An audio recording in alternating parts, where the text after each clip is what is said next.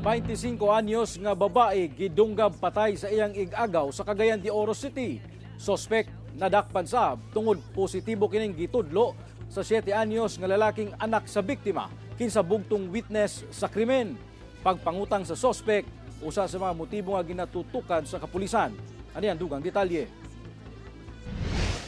Patay na nga naabtan sa iyang bana ang 25 anyos nga babae sa Zone 3, Upper Barangay Agusan, sa Cagayan de Oro City pasado alas 10 sa buntag adlaw Martes. Sa inisyal nga investigasyon sa kapulisan, ginatudlo matud pa nga sospek ang 26 anyos nga ig-agaw sa biktima. Kini base sa bugtong witness sa hitabo, ang usa ka 7 anyos nga lalaking anak sa biktima.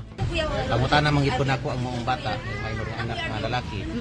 Naagid sad siya sa panahon nga dunggab ang iyang uyuan gid siya identify niya ang iyang uyuan. Gibutyag sa matud pa sa kapuyo sa biktima nga una nang nangutang pa og kwarta ang sospek sa biktima sa wala pa nahitabo ang krimen. Swerte matud pa nga nakadagan ang bata pagawa sa ilang balay ug nakapanawag kini og tabang sa mga silingan. Dili matud pa muubo sa 20 kasama dinunggaban ang naangkon sa biktima.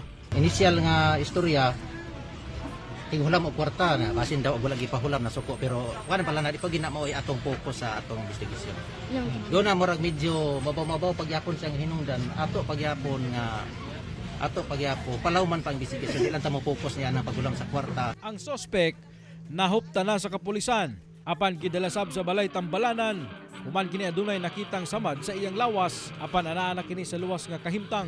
Posibleng kasong murder ang ipasaka batok sa sospek, samtang nanawagan og pinansyal nga tabang ang kabanay sa mong biktima aron mauli paingon sa ilang lugar sa Kabanglasan, Bukidnon ang patayng lawas niini. Kauban si Makoy Sempron, James Paulo Yap, 1 Mindanao.